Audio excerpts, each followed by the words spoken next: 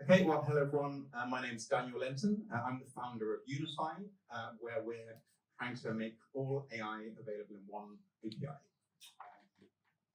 So the first observation is that basically AI has changed a lot over the last few years, and we're entering what I would refer to as the endpoint era, where a lot of different companies, which were originally working on pure infrastructure, are now focusing on exposing their own endpoints for various Gen AI models. So, you know, there's companies like kind of Octo AI, and there's companies like Neuromagic and Anyscale that were working on having pure infrastructure that are now having Llama 2, Stable Diffusion, etc. There's a lot of new companies as well, such as, of course, Mistral and, you know, can't forget ChatGPT, etc. So, you know, there's a lot of endpoints, and I think AI is increasingly going to be behind these black box HTTP requests over time. Now, one of the problems is that basically there are a lot of different leaderboards which compare the performance of these different models. They compare the quality on different benchmarks, but they also compare the runtime speed. What a lot of these benchmarks have done wrongly in our mind is present these basically as static data.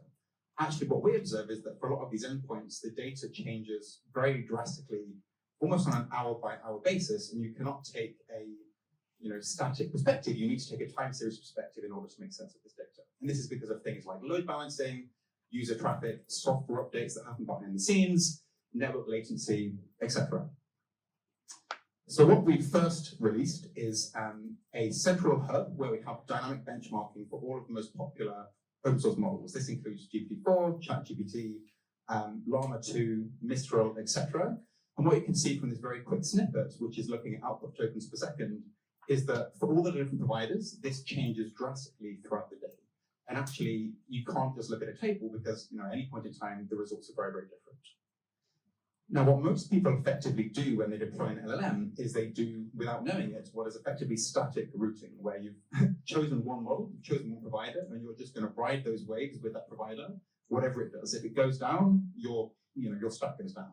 If it becomes really slow, you just need to deal with that. And this is one example. I think this was using Mistral, but just kind of showing this is going from the 3rd of February to the 11th of February, so only kind of a few days, and there's massive changes in the performance that you're getting from any one of these.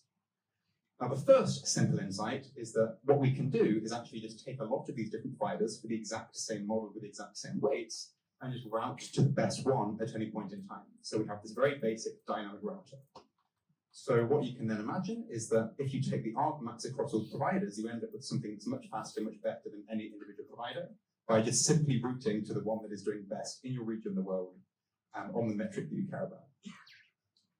So taking some real data, this is from our, using our tools. So this is Llama 270B and Mistral as well. This is some real runtime data from some of the different providers. And again, you can imagine just what we do is we just take the argmax and you get something that's better performing than any of the individual providers on their own. And what we can see is massive speed up. So compared to the individual best provider on Code Llama, Mistral, and Llama 2, you end up with something in the order of between 60% to as much as 400% improvement in these metrics against individual providers alone. So I was actually going to do a demo to see this in action, but what I'll actually do is, because that was just a video of me on my terminal, which wasn't very exciting. So what I'll do instead is very quickly just show you, if it works, show you the website. So just unify.ai, just to kind of show you some interesting points here. So I'll accept that. So going to the model hub, for example, let's look at Mistral, for example. And what you're presented with then is data like this. And you can basically see that right now we have outputs tokens per second. You can see the providers, Together AI, Octo AI, Replicate, Mistral, Perplexity, Anyscale, Fireworks, Lepton, and Deep Infra, and actually many more coming soon. We'll soon have Grok. There's obviously Bedrock. There's Vertex AI. There's many more actually that we'll be adding soon. And you can see that this data changes wildly. What you can also see, interestingly, is things like time to first token are very geography based. So Mistral, based in France, not surprisingly, is very, very quick when you're calling it from most of Europe and Belgium. When you then go to the US, Fireworks is much quicker. So there's all kinds of different things when you benchmark these that have not been considered anywhere yet that we're really paying attention to, basically. And what you can then do is go and query any of these. So aside from just being benchmarked, basically you get single sign-on. So, I mean, similar to kind of OpenRouter and a few things like this as well, although we have these benchmarks alongside it, you can basically sign up once and then query any of these models with any of these providers with a single HTTP request with a unified API based on the OpenApp standard. So that's what we have today. What we also have recently released, actually we're going to be making a tweet about this later this evening or tomorrow, is basically just how the dynamic routing works. So right now, what you can do is you can optimize for lowest input cost, lowest output cost. Very quick explanation there. Input cost, you want to optimize for that. If your task is input heavy, such as document summarization or chatbots where the entire chat history is continually fed, you might want to optimize for lowest output cost. If you're prompting your model to generate a load of content, for example, you can optimize for lowest inter-token latency, time to first token, etc. You can also specify these bounds. So if your output cost must be less than 50 cents per million tokens, you can specify this as a hard constraint, and you can chain these thresholds as well, just specifying the parameters that matter to you. So now finally, I know it's quite a short one, so finally going on to some future directions. So so far we've talked about routing where you know the model you want already. So you know which model you want, and then it's just about optimizing for cost and speed. Well, actually, you can take this one step further, and we've got some results that we're presenting next week, where actually you can route on a prompt-by-prompt basis. So if you ask the question like, what is the capital of Egypt? You don't need GPT-4 to answer this question. It's massively overkill. It's like 100 times more expensive than it needs to be. Llama 7B can answer this.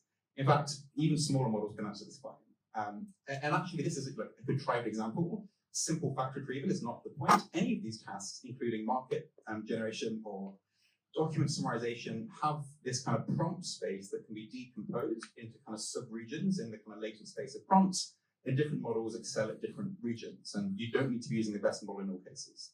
So what you can get is massive cost savings, massive runtime savings by intelligently routing to the best model. And the way that we've done this is that we've trained an LLM router that's conditioned on a latent representation of the model, it's conditioned on the prompt, and then basically we use GPT-4 as an oracle. This will all be announced. We use GPT-4 as an oracle, and that then can be used to train the routing function on a large scale. Future directions are then, we don't see this as just being LLMs. Actually, I see basically multimodality becoming increasingly important. That was obviously echoed a lot in the discussion earlier as well. And I also think dynamic routing, while it's most obvious right now in the LLM landscape, is going to become increasingly important in text-to-speech, text-to-video, text-to-image. This is both inter-task routing, but also across tasks to get these multimodal agents. So I think dynamic routing is going to be really important going forwards, and that's very much what we're laser focused on. The other thing, the other thing I was just going to say is that we also, with enterprises, of course, just these general routers aren't enough. Of course, when you have an enterprise and it has a very specific set of tasks, you need them to be able to download their own specific router and then kind of train this with simple human feedback, a bit like Chatbot Arena. So this is kind of part of the roadmap as well. The thing I'll say is that if anyone does want to play around with any of these without needing to create lots of different accounts, if you want to be able to try any model from any provider, we are giving £10 a week on a recurring basis to anybody here with the code AI Furnace. So feel free to sign up and give it a play. And that is everything from me. There isn't time for questions, actually, I don't think, so I probably should just say thank you at the end. So thank you.